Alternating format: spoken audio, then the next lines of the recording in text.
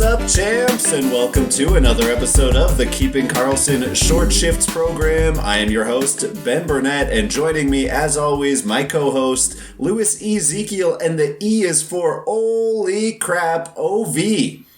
What another performance from the Russian god at this point? Can we just skip the formalities and say it? The man is a god. Yeah, he's absolutely achieved that god mode. Yeah, what more is there to say? He's really great. I'm against him in my buddy keeper, so disappointed to see it, but that's not the league I lose sleep over, so I think I'll be okay. Yeah, I'm also getting just absolutely destroyed in my friend's keeper league, and it does not matter because I'm very far ahead in the categories list. So, looking at the last couple of weeks for Ovechkin, what is this? 14 goals in his last 7 games? What is this man doing? How is he achieving this? Well, I need answers, Louis. Especially because every time he scores, Twitter goes nuts with a bunch of pictures of Ovi standing in the Ovi spot and saying, hey, someone should probably pick that dude up. He's going to shoot and score. We haven't talked about this before, Louis. Where do you stand on the Ovechkin chases Gretzky side of the argument? I am fully on board. I want to see someone break that record in my lifetime. Yeah, I'm for it. I think it's great. Ovi lost a season and a half to lockouts, and the fact that he's even in consideration, I think, is cool. Yeah, I'm with you. I think it's just fun to see things change and see records get chased and broken. So, may he play 10 more years. Hell yeah, I'm on board. Let's talk about Washington, though, since we're already on the subject. You alluded to it earlier. Ilya Samsonov took a Ovi slapper to the chin, apparently, literally, in practice today, and looked pretty dazed. They had to help him off the ice. Afterwards, he was walking around. Apparently, he gave the I'm okay-ish hand signal, like the old so-so. So apparently, he may not be too injured, but he did not back up Holtby tonight. Thoughts on a possible injury to Samsonov?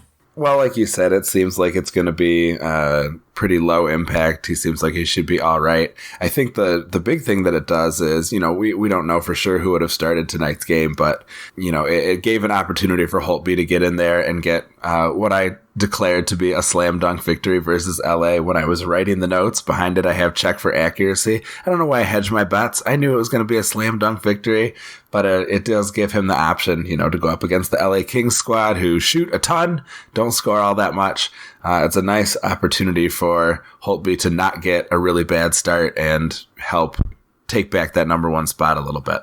I don't really know why they wouldn't have started him regardless. You know what I mean? It's like, if you're trying to get his game in order for a playoff run here, you would probably want to give him the easy start against LA regardless. So I know that I'm playing devil's advocate here. You and Elon are both heavily involved in Team Samsonov. I bring a little bit of that down the middle centrism to this discussion for sure. Yeah, I don't really hate the move to start Holtby here regardless of whether Samsonov is injured. I think you're absolutely right. You're trying to get him back in game shape, let him face a bunch of low danger shots. It makes a lot of sense to me. But not much has made sense with the other decisions that have been made from my perspective, which again is exceedingly biased. So, why might this not also, it could have also been a decision that doesn't make a ton of sense, today. But I think you're right. I think it's a wise centrist call there. Well, and from a goalie injury in the Metro, we'll hop over to the Atlantic, where we saw Frederick Andersen be collided into. I know that I'm using grammar in a way that's going to cause you to have a coronary, so that's what I'm going for here. Frederick Andersen left the game after the first last night, the Leafs versus Panthers, and did not return. A mysterious upper body injury, as you described it to me earlier. What are we thinking with Andersen out in Toronto for at least the short term? It was unclear which incident actually caused this injury. He did get bumped into a few times during the first period. He was updated Tuesday as being day-to-day with some kind of neck injury. That doesn't sound great for a goalie. It seems pretty important to be able to turn your head pretty rapidly. So that is a little bit worrisome. Obviously, this is in development. We'll know more by when we're recording Thursday night's show, so we'll definitely give you an update then. Hutchinson, he looked shaky. He gave up 4 third-period goals to the Panthers. After Andersen, it's a little bit dangerous there. I know that you have some positive feelings towards Hutchinson kind of lately. The Leafs just overall haven't done a great job protecting their goalies at even strength. They have the 7th highest even strength expected goals against in the league. Of course, they make up for it with their high-flying offense, which has the 3rd highest expected goals for, so that's nice. They also have, overall as a team, the 7th worst 5v5 save percentage. And Andersen and Hutchinson themselves are kind of underperforming relative to an average goalie with a similar workload. According to Corsica Hockey, Andersen is at minus 7.1 goals saved above average, and Hutch is minus 2.1 in about 1/3 of the game. So really right along the same track. So some of this blame does lie on the goalies and not just with the teams. Now, I know that today's result is ugly for the team I'm about to talk about, but is it crazy to suggest that having a Buffalo goalie, Buffalo has the 9th best 5v5 expected goals against and the 7th best 5v5 save percentage, do you think it's a safer bet for goalie rate stats than Toronto? I think, it's always been the knock on this iteration of the Toronto Maple Leafs that they are all offense and they don't really have a leg to stand on defensively. The Toronto Maple Leafs are a good team where you can get wins, and the Buffalo Sabres are a middling defensive team that almost never wins. So in this case, if you're a league average goalie, then I suppose you might want to have you might want to be on Buffalo for the sake of rate stats. But if we're talking about the goaltenders who are likely to carry the workload while Ullmark and Andersen are down, then I think I would still rather have Hutchinson, because I think he's more likely to get wins with Toronto than Hutton, who I think is just going to be terrible, despite the fact that Buffalo is a, league average defensive team. And, we have this long history of seeing him be awful there. Whereas Hutchinson, maybe we can see him settle into a role here in Toronto. He had one good game against my Rangers right before this injury. And then, maybe you can throw out the 4 goals against coming in cold against Florida the other night. I don't know if you're willing to do that. I will say, you mentioned that we will give an update on Thursday. This could be the sort of thing where we don't know with the timeline. Like, this could be another concussion for Andersen, and that would be something to worry about if you're a Toronto Maple Leafs fan or an Andersen owner. Yeah, for sure. As someone who has come in cold to play goalie in a game, different sport, but I can attest to the fact that it can be hard to adjust. So I'll give Hutch a pass this time through. Here's another question for you. Do you think we'll see a new goalie come to Toronto before the end of the week, or maybe before the trade deadline here? Is it time to start talking about Georgiev's season in the 6? I would love for this to be the marker where the price on Georgiev just goes through the roof for Toronto. Alternately, Lewis, what I would absolutely love, and I know that the salary cap will not allow it, but if there was some sort of Kyle Dubas cap finagling that could go on where Henrik Lundqvist could show up at a very reduced cap rate in Toronto and help steer them towards a Stanley Cup, that would be my ultimate goal as a Rangers fan second, Henrik Lundqvist fan first. But the Georgiev hype has to be there. I don't know if it's just media driven or not. So that's kind of the tough thing, is the goalie market always seems a little bit overrated. And, then we see these trades after weeks or months of speculation and, it's for a second rounder and maybe some prospect. So I'm not getting my hopes up until we see a deal, until we see the official TSN Bob McKenzie account tweeting it out. Yeah, absolutely. We got one more injury to talk about. We'll just do this one very briefly. So Alex Barkov has missed the last couple games with an injury. Obviously painful for the folks who are hoping to ride along with Barkov with some potential streamers from Florida for their Monday, Tuesday games. He missed those, but they expect him to be back on Thursday. We'll see if that comes to pass and certainly update you when we see it. But in the meantime, hopefully, he'll be making his quick return back to Florida, who certainly needs him driving their offense. Yeah, Florida, an interesting team lately, suddenly back in the playoff race, and we've seen a little bit of a bounce back from Bobrovsky. Another great start from him tonight, but not a W, which is definitely what they were hoping for. Yep, absolutely right. They did take it all the way to overtime 0-0 with Columbus, which I think is kind of the best you can do when you get into a Blue Jackets kind of strangle fight the way that they're going.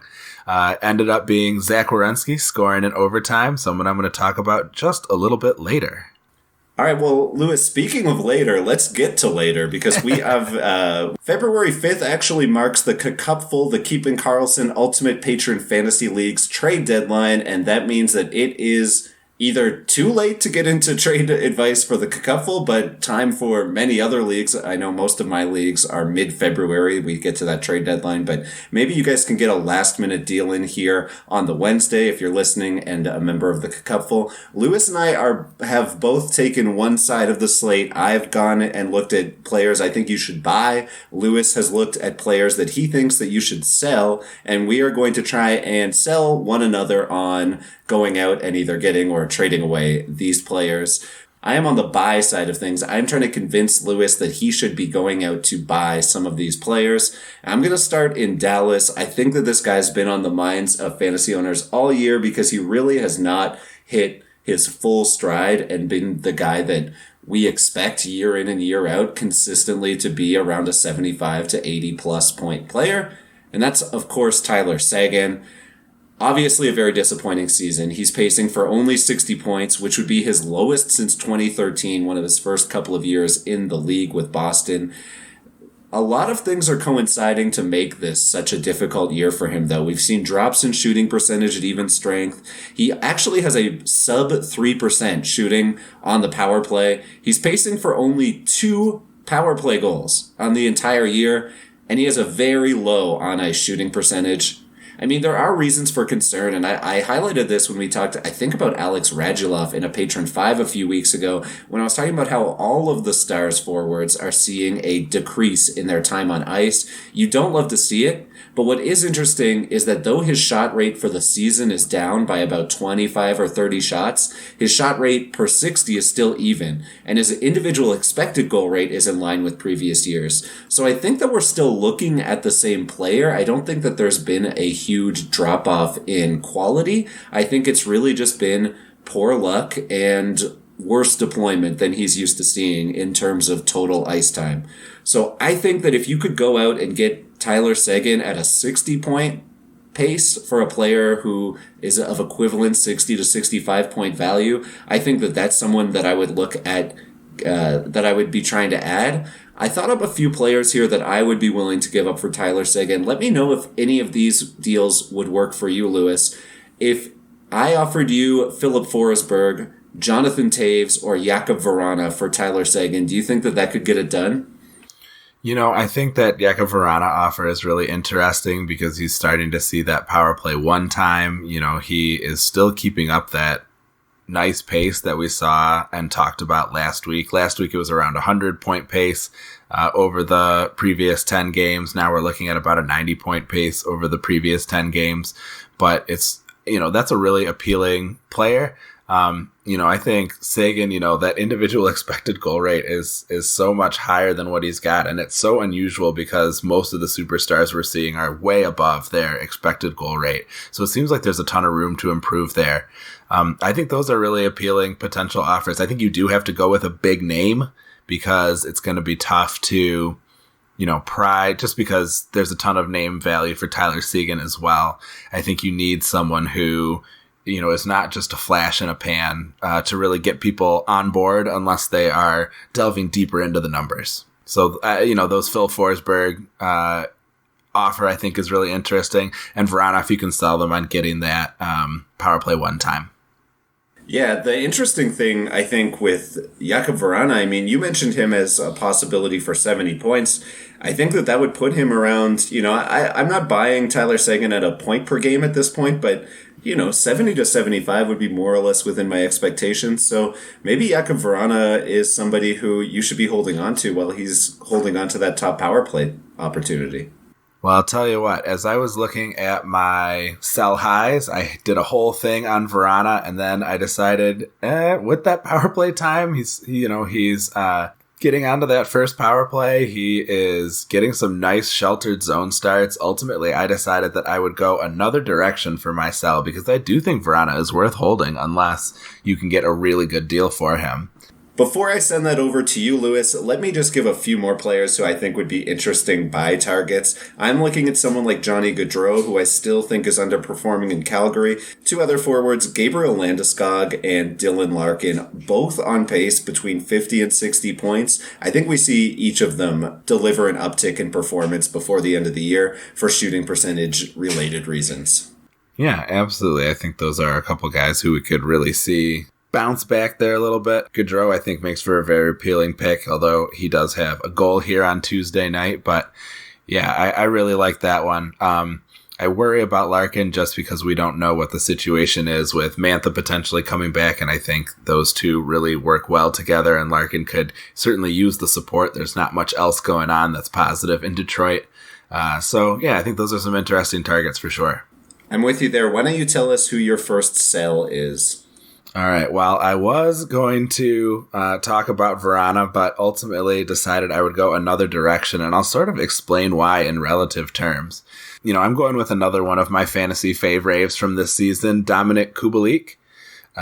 I'm here to advocate that you keep him a favorite by selling him at peak value for somebody more reliable, especially if he manages to hit the score sheet during the back-to-back on Tuesday and Wednesday. Here on Tuesday night, that game is still in progress, so he's got a chance here. Kubalik and Vrana have been pretty similar in a lot of ways this season. Right now, Kubalik is ranked number 34 in average fantasy points over the last month in the Cupful. Vrana is at 47 over the last 30 days. And they both have elevated shooting percentages, high even strength, individual points percentage. So they're getting in on more goals than usual at even strength. And some limited power play exposure, although Vrana's is starting to improve here. Ultimately, I decided that of the two, Vrana is more likely to maintain a good scoring rate due to a couple main factors. First is that Vrana is getting that delicious power play 1 deployment. Not doing a whole ton with it quite yet, but certainly that's where you want to be if you're playing for the Capitals, is up on that power play 1 with Karlsson and Ovechkin. The other is that Vrana is really enjoying some nicely sheltered deployment. Because Kubalik has been attached to Taves, who, is responsible for a lot of the defensive forward responsibilities for the Blackhawks, he's getting more defensive zone starts. Vrana holds about a 10% advantage in offensive zone starts. Along with that superior power play deployment, I think it's going to put him in a much better position to maintain those numbers. So he's starting about 58% of his zone starts in the offensive zone. And that's going to, just put him closer to the goal, give him more opportunities to score. That's obviously the kind of thing we want to see. I do think that Kubalik's production is more of a mirage. Neither is likely to maintain their current pace, but if Vrana drops down, that pace I think falls maybe towards the mid-60s, whereas Kubalik could become a 50-pointer in pretty short order, especially with a line change. It's really hard to imagine that happening to Vrana given his current situation. So do you think that a guy like Kubalik, who's, up there in the top handful of players right now in the Cupful, do you think you could go after a Gaudreau or maybe a Lindholm or a Marchessault? Kind of this list of 60-ish point players who are capable of performing above the pace that they're on right now. I think Gaudreau would probably be shooting your shot a little too high just because the name value of somebody who typically puts up 80 to 90 points, if you've held on to him all year, then you still know that he's capable of more. So I don't think you would probably be able to land a Gaudreau. I think someone like Lindholm is very, very doable though. And I think that would be an interesting player to chase after just because he's still getting pretty decent deployment in Calgary after the coaching change. And I think that if they see any level of regression for their team shooting percentage, that he becomes a lot more interesting. Yeah, definitely. And if you could get Marchessault, that would probably just be my favorite thing that you could do. Yeah, that would be really outstanding. All right, I'm going to get into a defenseman that I think that you should be targeting, and this is someone who may seem weird to call a buy because he is a rookie defenseman on pace for 70 points, but I would be looking to get Cale Makar in a 1 year in any way that I could. The reason I say that, right now he's pacing for 55 points in the 15 games since he's returned for injury. So, maybe folks are starting to think, hey, this guy might be hitting a bit of a rookie wall here. That's after tonight's game where he added another assist. The other thing is only one power play point in his last 10, despite really being back from that weird blip where Sam Girard took over for him on the top power play unit. The main thing here, though, is I don't see any reason why Makar can't continue at a similar pace. He was a bit of a sell for me earlier at 70-point pace, but if he could be a 60-point guy moving forward, he has a ton of value. And the other thing is that the Avalanche have an elite schedule for weeks 21 and 22, the first 2 weeks of the Cupful playoffs. 4-game weeks, both of them, and each of them filled with off-night games. So I am targeting a couple of these Colorado Avalanche. I mentioned Landeskog earlier. Someone like Mikko Rantanen has bounced back quite a bit over the last 4 or 5 games, but previously to that, he was an incredible buy. If I'm shopping right now, I am looking for Cale Makar. Yeah, that's bold. I'll admit I did a bit of a double take when I saw him on the buy list because I'm thinking that's going to be you're going to have your hands full trying to pry him out of the roster of whichever opponent holds on to him. What's your plan in that regard? Well, I think in any case, if you're looking at buying someone in the trade deadline, you need to remember that it's a bad idea to just go after these players as hard as you can. Instead, what you should really be doing is looking for teams that you can target, teams who have surpluses in different positions.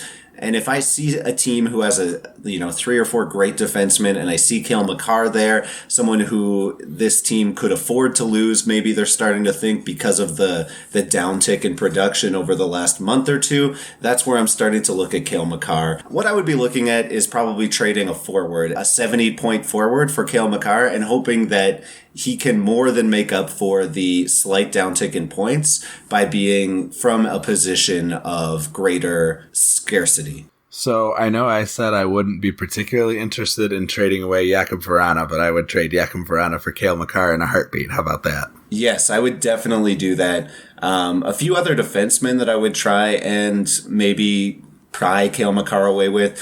What about super hot Tony DeAngelo? Mark Giordano strikes me as someone who's been really hot lately that maybe you could sell on his last year production as well. And then another guy, Jeff Petrie, after that 4-point game last week, his longer term stats look a lot nicer after that game, right? Yeah, I think that's quite interesting. I like the idea. This is some quality trade analysis. I really like the thinking that goes into it. I think you can go to these GMs and sort of emphasize the recent production, especially for if you're trying to sell off a guy like D'Angelo to get, someone who is slumping a little bit, even though he's, kind of the talk of fantasy defensemen this season. So really, if you can clarify some of these numbers and show some of these splits potentially, I think sometimes when you're in a deal like that, it comes off as kind of trying a little hard, but I think it can be worthwhile to sort of help you develop and make your argument. To your point, you are definitely going to have to put on your salesman cap a little bit to get Cale Makar, unless you are speaking with someone who, as I said, is a little bit down on him, thinks maybe that he's run into the rookie wall a little bit, and they're looking for someone who's been more consistent more recently. Other defensemen that I would be targeting right now, if you could, Oscar Klefbom still getting elite levels of power play minutes in Edmonton with Draisaitl and McDavid. He really hasn't been able to capitalize on that, but I don't see any reason why he can't be more a part of the power play moving forward.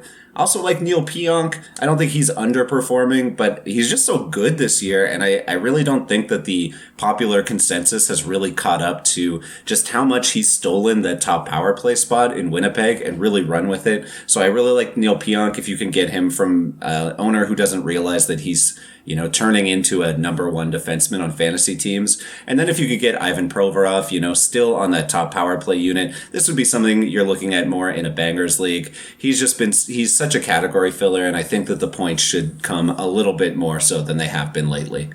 So something that I really love about that Pionk idea is that unlike Cale Makar, this is somebody who is much less kind of exposure in sort of fantasy talk. I feel like he's not somebody that everybody is discussing constantly. So making those types of kind of lower profile offers, I think can be a really smart move. Why don't you tell us a defenseman that you are looking to sell, Lewis? All right, so I'm going to go with somebody who scored a game-winning overtime goal just today, and that guy is former Michigan Wolverine Zach Werenski. I know. Can you believe it? I'm finding an excuse to talk about the Wolverine. So this guy is number 1 in defensive shooting percentage. Both are on the power play, shooting 20% on the PP, and number 3 in even strength shooting percentage at 10.2%. These numbers were researched before Tuesday night's game, just for clarity. He's shooting more than 2.5% better than his career best at even strength, and more than 11% better than his career best on the power play. You know, some of his other indicators, his on-ice shooting percentage isn't crazy high, although it is the best of his career by 1%. His scoring nearly double his individual expected goals, with 15 goals versus 7.97 individual expected goals as of Tuesday afternoon. So, you know, his IPPs at even strength and on the power play are reasonable, and he's on pace to shoot around the total shots for his highly successful 2017-18 campaign, so ending up around 170 shots on goal.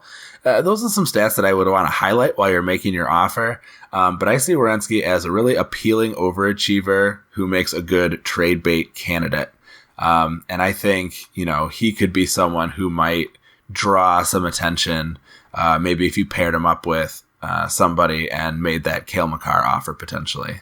Lewis, let's get to these goaltenders, though. I have a few names here that I think are interesting. One of whom, it's a bit of a mea culpa for me. I kind of poo-pooed him last week when you brought him up. I will say that my philosophy with goalies, and I know I've said this before, but I am not willing to pay a huge price to grab any goalie because, as everyone knows, goalies are voodoo and they are all bad.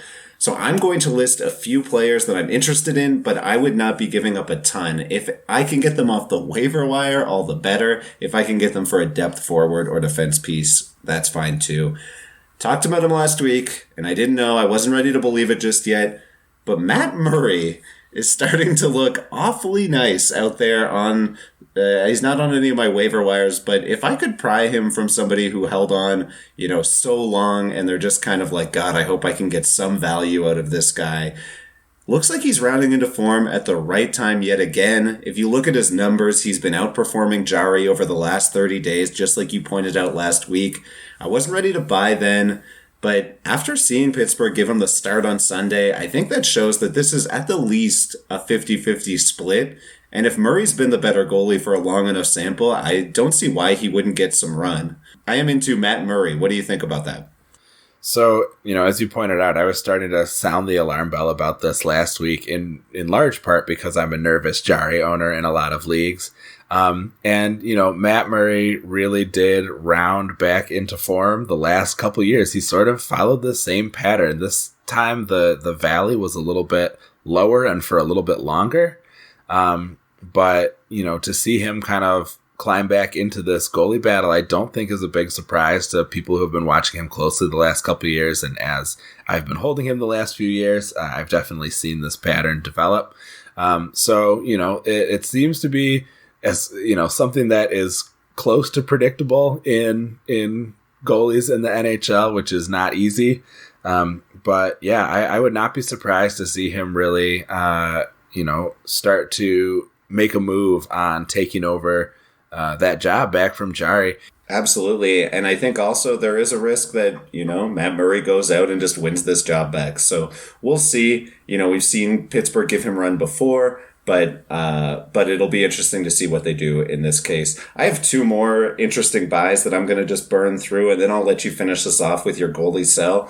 I'm kind of interested in Carey Price as a bounce back in the second half. He's been really good. He did the same thing last year where he looked really shaky in the first half and then finished really strong. I think he could be an excellent second half own. The other piece to that is just the watching Montreal get healthy right now. Brendan Gallagher back. We should be starting to see, you know, Paul Byron, Jonathan Drouin, all of these players coming back, and Montreal's not a half bad team once they're fully healthy. So I don't mind going out and getting Carey Price if you can get him at a reduced rate. And the other guy that I'm sort of interested in, and I think that I've seen him mentioned quite a bit recently, is Sergei Bobrovsky. As Florida rounds into form, so has he. I'm sure that the two are connected. But I think if you can get him dirt cheap, as he is just now, I think getting back over that 900 save percentage hump, I'm not against hoping that he can turn things around here. Lewis, take us home with your final sell of the evening.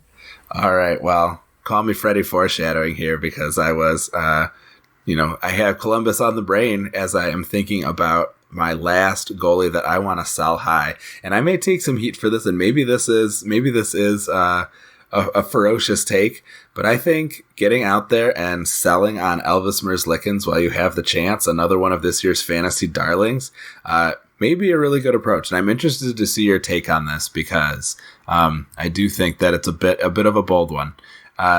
This isn't even really about sustainable numbers. I think that he is perfectly capable of continuing to do what he's doing. But I think that his value is capping out right now because with Korpisalo set to return before too much longer, Merzlikins and his outstanding rates are likely to see a significant drop in starts. And Elvis has been marginally better than Korpisalo in a number of stats. His even strength and power play save percentages are a touch higher. His goals saved above average is an improvement. But the Blue Jackets are 7th in the league in expected goals against, second best at suppressing high danger chances against. It seems like a lot of goalies could find success behind that blue line and behind that system, sort of regardless of who they may be or what they're capable of. So assuming they both maintain their health and there's a minimal disparity in terms of their performance, you have to think moving forward that Elvis is probably going to top out at around half the starts, don't you think? I do agree with you, and I think that you've got some great analysis here. I definitely think that this is a sort of situation that becomes a 1A, 1B really quickly. And just like that, Lewis, we are out of time. For myself, Ben Burnett, so long, folks. Why don't you sign us off? All right, well, we want to thank Yahoo, Fantrax, Natural Stat Trick, and Corsica Hockey for helping us research this episode. Thanks to all the patrons of Keeping Karlsson who help keep us going. You can become a patron of Keeping Karlsson at keepingkarlsson.com/patron. You get access to the members only Facebook group. You can chat with Ben and myself and Brian and Elon and all of our brilliant patrons. You can join up the most exciting fantasy league I play in, the Cupful, huge multi-tiered, year by year moving up to try and become the ultimate champion. It's very exciting stuff. Do give it a chance to check it out. Ben does Saturday streaming to help you make your sit-start decisions. So there's all kinds of great perks that we're offering. And just if you like the show, help support the show, help us make more of these episodes. I also wanted to, my boys asked me to give them a shout out here at the end of the episode so that they could hear themselves on the podcast. So, hi, Donovan. Very proud of your excellent report card that just came back, and I hope that you earn your yellow belt in Taekwondo in a couple weeks here. And hi, Logan, my younger guy. Great work at swimming. Can't wait to hang out with you this weekend. And with that, I just want to remind you to play smart and keep your shifts short.